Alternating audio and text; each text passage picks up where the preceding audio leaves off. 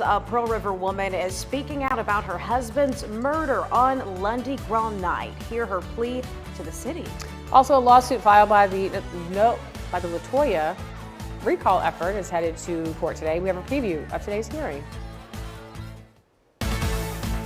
You're watching Good Morning New Orleans. Thanks for waking up with us on Good Morning New Orleans. I'm Stephanie Chainoff. I'm Tamika Lee. 5 o'clock. I see Brooke stretching over there. Everybody else stretch if you're in bed because it's a new work week. We're at it. It's going to be a good one, right? Monday morning stretch. You got to get it in before you kick off the week. I know. You got to do the big, yes. There you go, Brooke.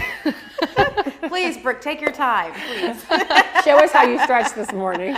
This is always about the time where I'm attempting to wake up fully, 5 o'clock, we're getting there, so good morning. Especially on a Monday, right? Yes, a Monday. I rested a lot this weekend. A lot of times for me, though, the more you rest, the more tired you are. It's very strange. Might be some scientific proof to that, I don't know.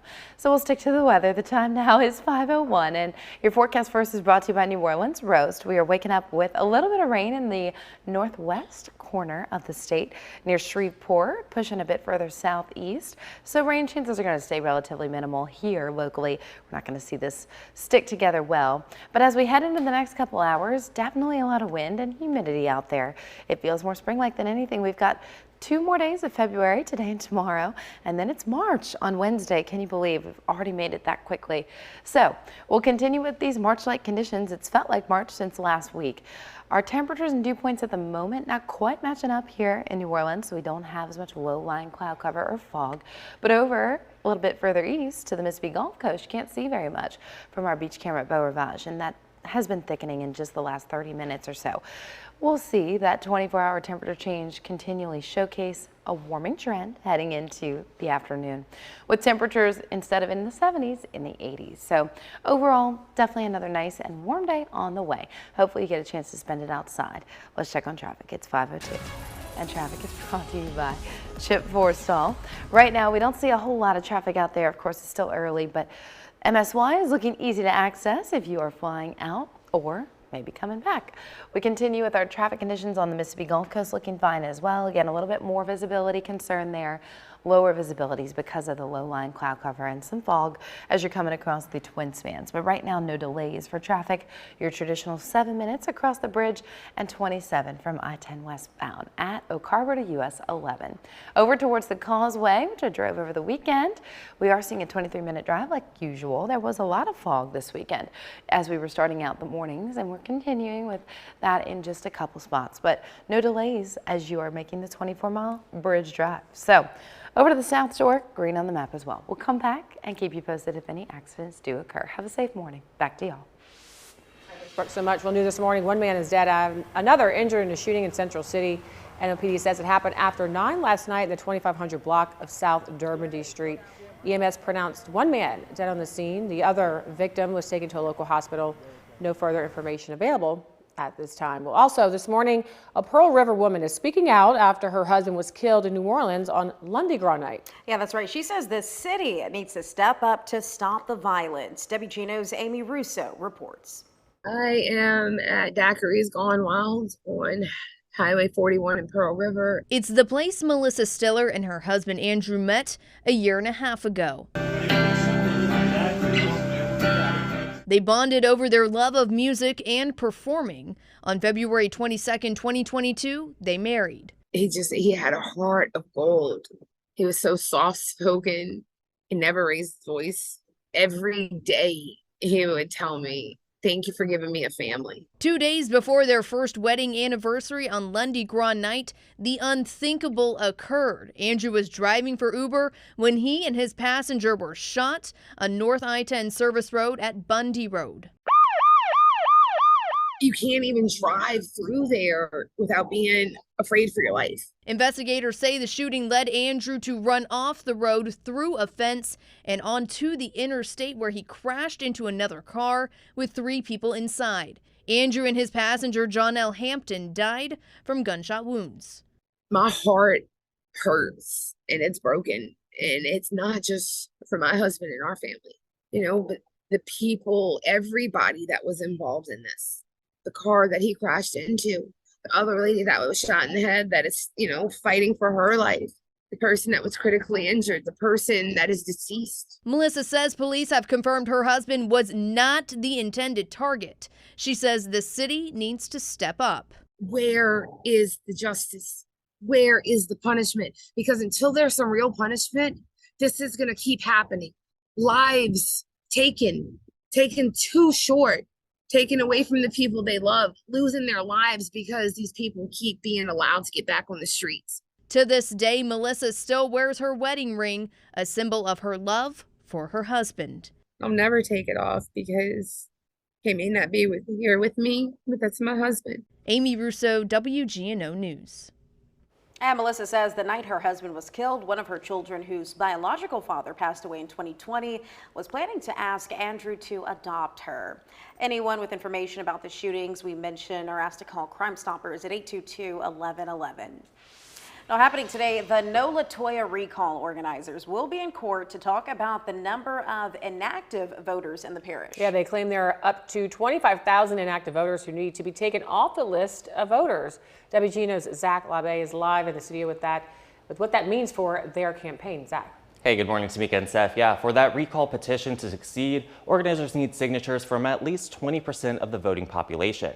Now, if a large number of inactive voters are removed, that petition could need about 6,000 fewer signatures. So those signed petitions were dropped off at the Registrar of Voters office last week. Organizers say they've collected more than 49,000 signatures since that campaign started last August. And according to state law, there's only a 20-day window for those signatures to be counted. But the lawsuit is blocking the Secretary of State from counting petition signatures until a new minimum is established. So we need to know what that number is so we can have that cushion. This is only step one. And a video posted by the recall committee chairman shows the uncovered boxes on a counter at the Registrar of Voters office. The Louisiana Citizen Advocacy Group says that these boxes may have been left unsecured for up to 2 days. Now they're claiming that there was nothing stopping anyone from manipulating evidence, even discarding some of those petitions. Now, we've reached out to the Registrar of Voters office for comment, but they've not yet responded. That hearing gets underway at 10 o'clock this morning at the Criminal District Courthouse, and we'll have more on that in our evening newscast. But for now, reporting in the studio, Zach Labe, WGNO News. Thanks, Zach. And for those of you facing insurance woes, the AARP is hosting a town hall with Insurance Commissioner Jim Donnellan. The commissioner will be answering questions from residents and will explain what his office is doing to help. You don't even have to leave your house to participate. It's happening via phone call at 10 this morning. To sign up, we'll have a link on our website, WGNO.com. And a heads up for drivers in Gentilly starting this morning at 7. The southbound lanes of St. Roch Avenue will be closed between Leon C. Simon Drive and New York Street. The traffic will detour on Leon C. Simon to Franklin Avenue. And from there, you can turn right on to Allen Toussaint Boulevard and get right back on St. Roch Avenue. That road is scheduled to reopen March 27. Coming up, the Supreme Court will begin hearing arguments on President Biden's student loans forgiveness plan today. Find out what Republican states say about the plan. And good morning, New Orleans. We are waking up feeling spring-like on these last couple days of February. Your forecast for March is up next. Stay with us.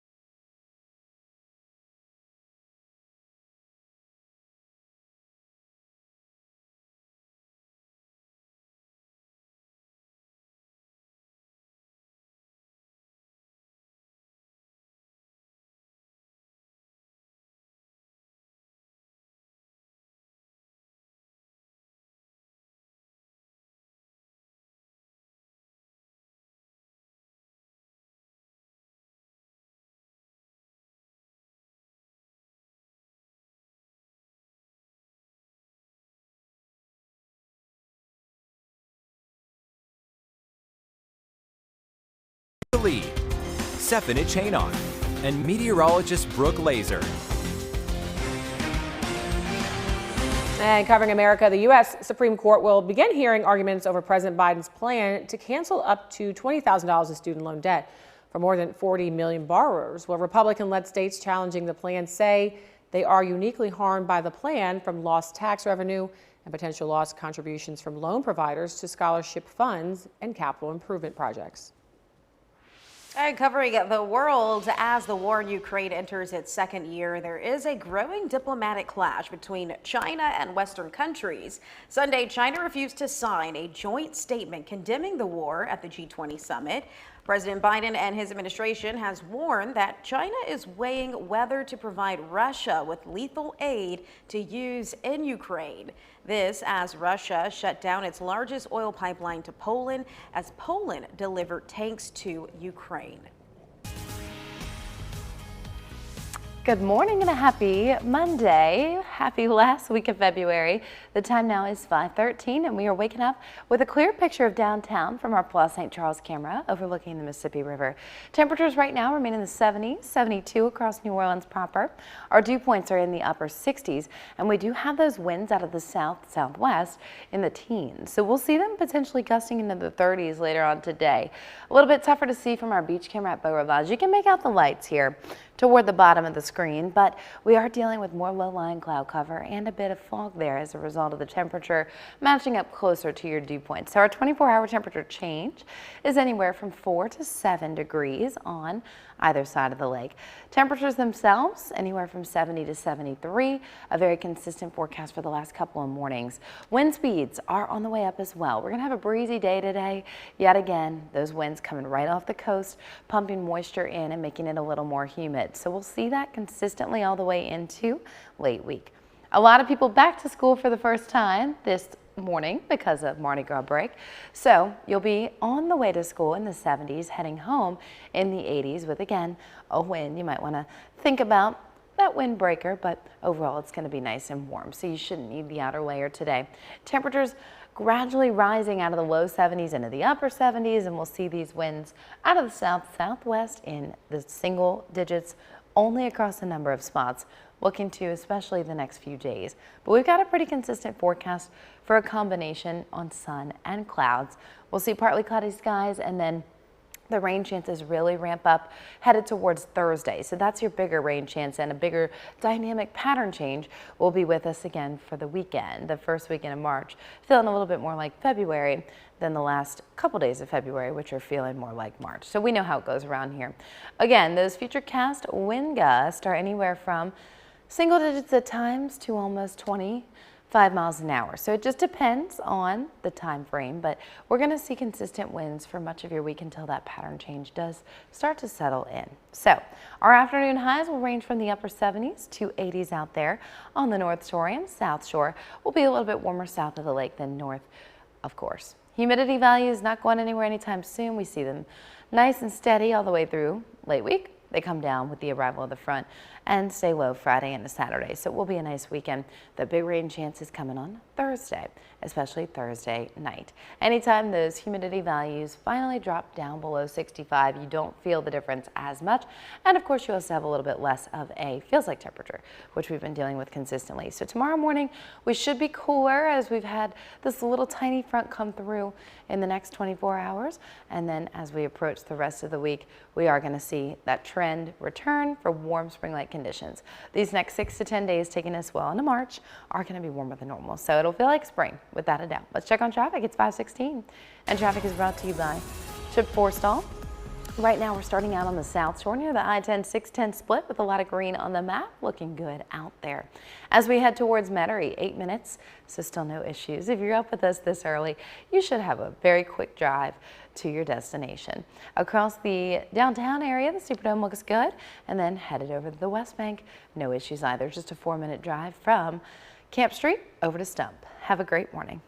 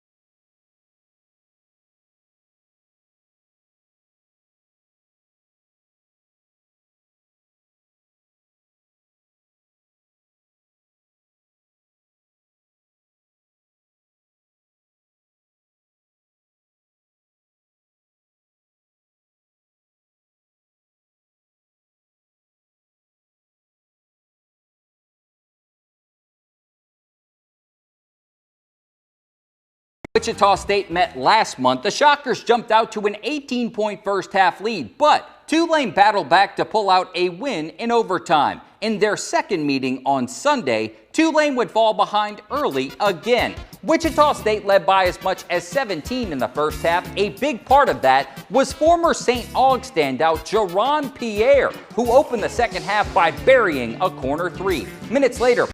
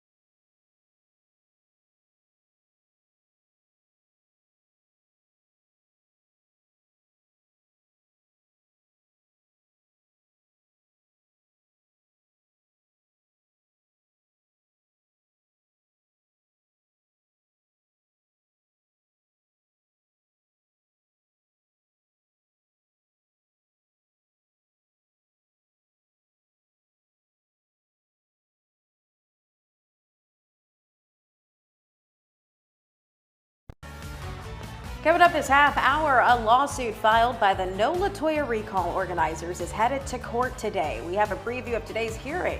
Also, find out how a call for help turned into a deputy-involved shooting at a Jefferson Parish gas station. We'll tell you the latest coming up. Thanks for waking up with us on Good Morning New Orleans. I'm Stephanie Chanock. I'm Tamika Lee. We're just coming off the weekend into another week. Kids are heading back to school this morning. So I'm excited about that. Yeah, I'm sure the kids are very excited. They are. They're super excited. Yay, school. Packing their bags with a smile. Yep, that's how it goes. Yep. It was always a struggle for me when school came back after Mardi Gras. It's just a long time before the next break. Look, as a mama of kids, I enjoy these days. First day of school, first day back after holidays. It's just fun. It's fun for me. It is a nice little fresh start, without a doubt, but still challenging for those that are going to school, at least for me. Nonetheless, good morning. At least you have a good forecast for the bus stop.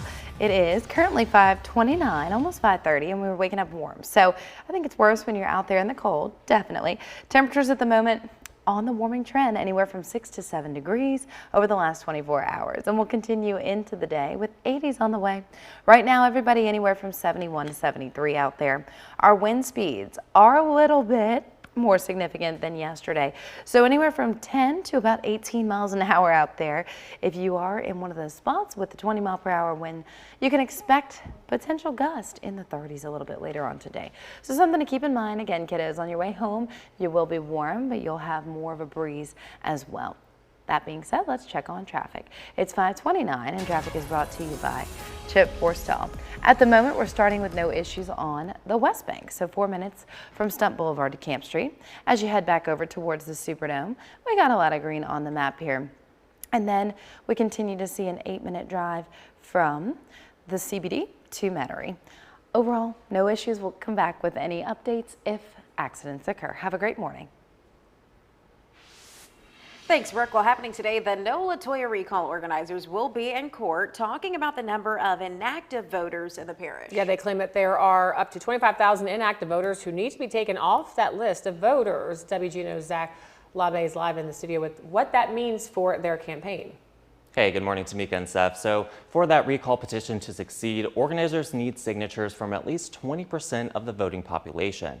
So they filed a lawsuit to try to get those voters, inactive voters, removed. And if they do get them removed, then the petition could need about 6,000 fewer signatures. The signed petitions were dropped off at the Registrar of Voters office last week. Organizers say that they've collected more than 49,000 signatures since that campaign started last August. And according to state law, there's only a 20-day window for those signatures to be counted. But the lawsuit is blocking the Secretary of State from counting petition signatures until a new minimum is established. So we need to know what that number is so we can have that cushion. This is only step one. A video posted by the recall committee chairman shows the uncovered boxes on a counter in the Registrar of Voters office. The Louisiana Citizen Advocacy Group says that these boxes may have been left unsecured for up to 2 days. They're now claiming that there was nothing stopping anyone from manipulating evidence or even discarding some of those petitions. So we've reached out to the Registrar of Voters office for comment, but they've not yet responded. That hearing also gets underway at 10 o'clock this morning at the Criminal District Courthouse, and we'll have updates on that in our evening newscast. But for now, reporting in the studio, Zach Labe, WGNO News. Zach, thanks so much. Well, New Orleans Civil District Court building will not reopen today as planned. Officials say the building, which was damaged by a small fire a couple of weeks ago, will remain closed indefinitely while cleanup continues. Most civil court and First City Court operations will be handled remotely. You can check the court's website for information about specific cases. And this morning, one man is dead after a deputy-involved shooting at a gas station in Jefferson Parish early Saturday morning. The sheriff's office says a call came in around 4 a.m. about a man in need of assistance in the 700 block of Bierman Highway in Terrytown. Deputies say the man, who had a gun, was causing a disturbance inside the store. They say as they were trying to arrest him, he became combative and ran towards another part of the store, then fired a shot at deputies. One of the deputies shot back at the man, hitting him at least once. He was pronounced dead on the scene. A flat tire, two flat tires on the vehicle, and was claiming that someone was chasing after him, trying to kill him. probably 30 minutes or so. The gentleman ended up having a lot of different problems where he went back into the store and was causing additional disturbances inside the store. And this is the third deputy-involved shooting in Jefferson Parish this year, but the first one that turned deadly. Coming up, many residents grieve over the death of a loved one. These men are digging for their funerals. Hear what they are saying about the rise in violent crime.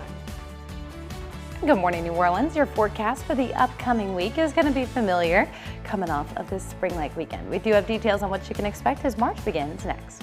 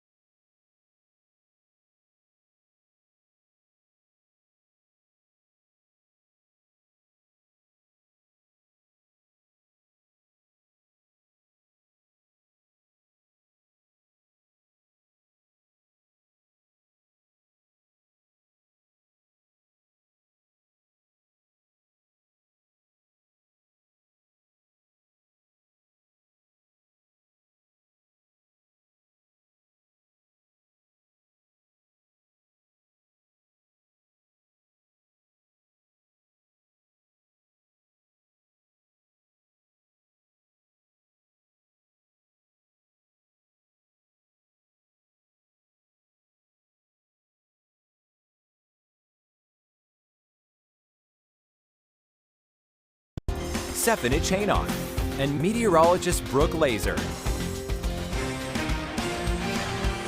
This morning, with homicides in New Orleans now over 41 this year, many residents continue to grieve the loss of their loved ones. WGNO's Brittany Dixon spoke to local gravediggers about the harsh reality of the increase of violent crimes. In 2022, 280 families had to say goodbye to a loved one. How can we listen to several 7-year-olds say, we lost another one? Like, we got to do better as a city. So far this year, the trend of violent crimes continues in a steady stream in New Orleans, and it takes a toll on more people than just the families. These babies grow up. Never think, what they got on their mind. And if you don't find out what they have on their mind, they're going to go out there and find it for themselves. These 3 gravediggers were out all morning Saturday, getting ready for a handful of funeral services. They tell us digging dirt is just something they've grown numb to. It's rough. Crime even hitting close to home. My nephew got shot because they want him to be a gang member. And he didn't want to be. He paralyzed now.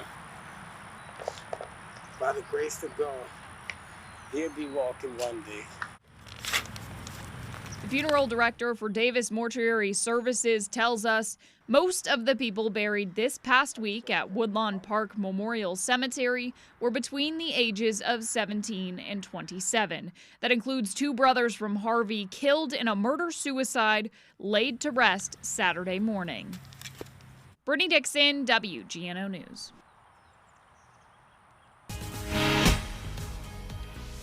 Good morning and a happy Monday. The time now is 5:39 and we are waking up to some clouds out there. That'll be the case as we head later into the afternoon as well, but mostly cloudy for just a little while longer before the sunshine does return.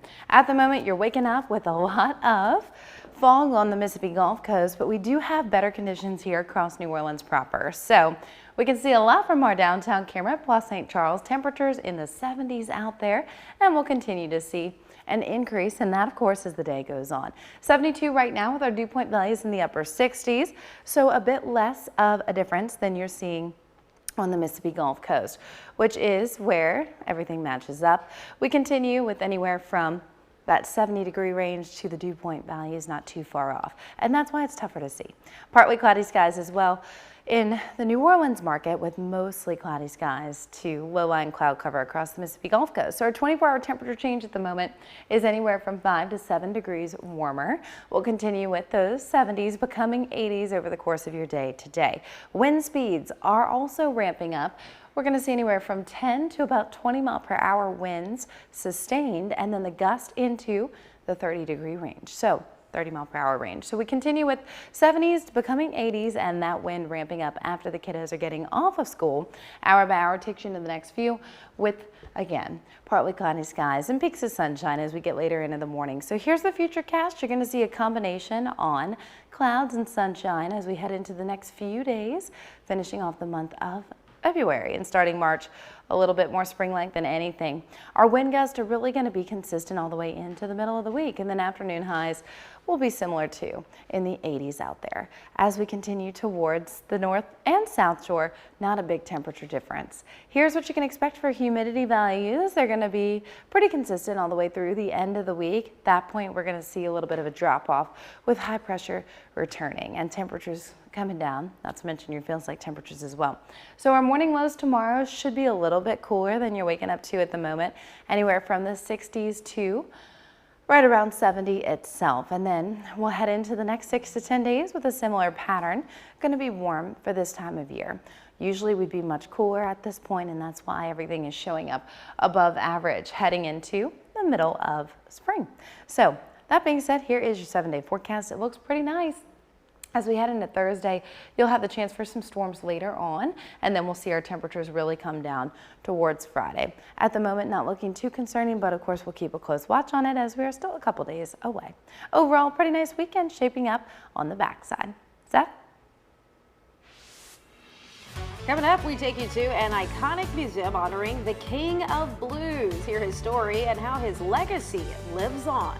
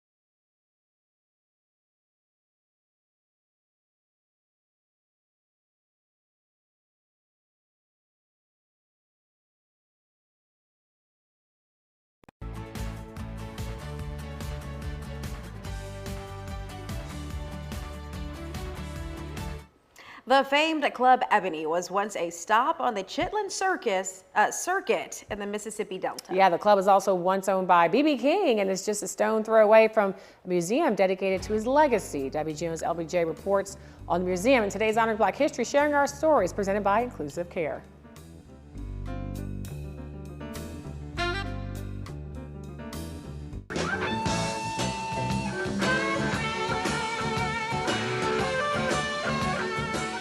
Known by everyone as B.B. King and seen here in a night concert at the 1991 New Orleans Jazz and Heritage Festival, Riley B. King hailed from the small town of Indianola, Mississippi, and took the music of the Delta to the world. For me, what's important is that you understand where he came from and understand that the sky's the limit, because you look at a man who was a sharecropper in his days and who rose from a little small town like Indianola and became this big iconic figure. The B.B. King Museum is a stellar 20,000 square foot tribute to that iconic figure, built from a 114-year-old cotton gin in King's hometown. King lived to see and visit the museum, and when he first learned of the location, there was an added surprise. What, do y'all know what that is? I said, yes, sir, we know what it is. It's an old cotton gin. I said, yeah, but did you know I used to work there? So he actually worked in this particular cotton gin as a young man. King left Indianola and headed to Memphis, spent time working on the radio there, and all the while honing his craft to become the person some called the King of the Blues. The museum tells that story, along with all of the King's accolades from the albums, the Grammys, as well as all of the Lucille's, the names he gave to the guitars he played. The space is also dedicated to causes dear to King. Especially young kids.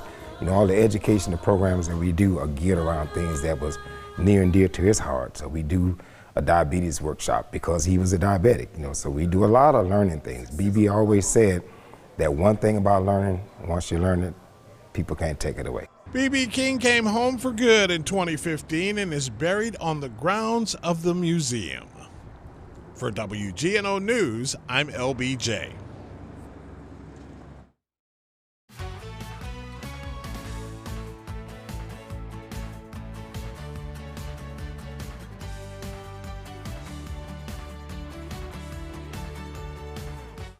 In today's Tech Bites, Dish Network goes dark. The satellite provider is in the midst of a major outage, knocking out the company's websites, apps, and customer support since Thursday. Workers have reportedly been told to stand by for information from management. Motorola has come up with a Bluetooth device that enables two-way emergency texting when there's no cellular signal. The Motorola Defy satellite link can be used on almost any iPhone or Android device. It's a $99 keychain accessory that's also capable of location sharing and SOS assistance. Finally, the Pentagon says artificial intelligence has controlled a specially modified F-16 test aircraft during 17 hours of flight. The flights included simulated dogfights as well as takeoffs and landings. It was all research into the possibilities of autonomous flight. Those are your Tech Bites. Have a great day.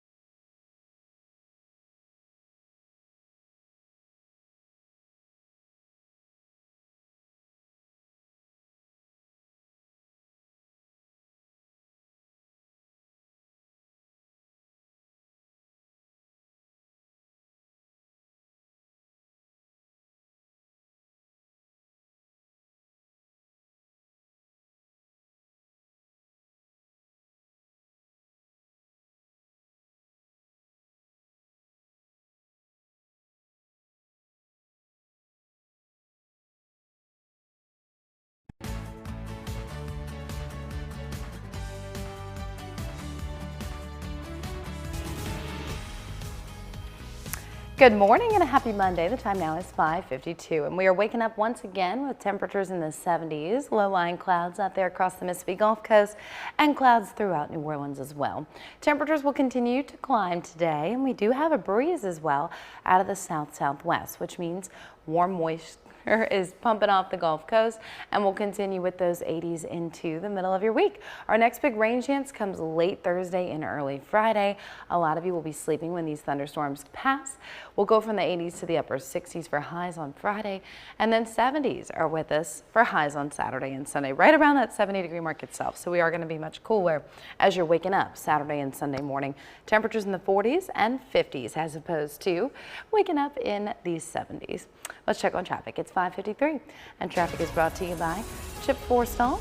We'll continue with no issues for the time being as we head into our 6:30 to 7 o'clock half hour. We should see a lot more traffic than last week with everybody back after Mardi Gras.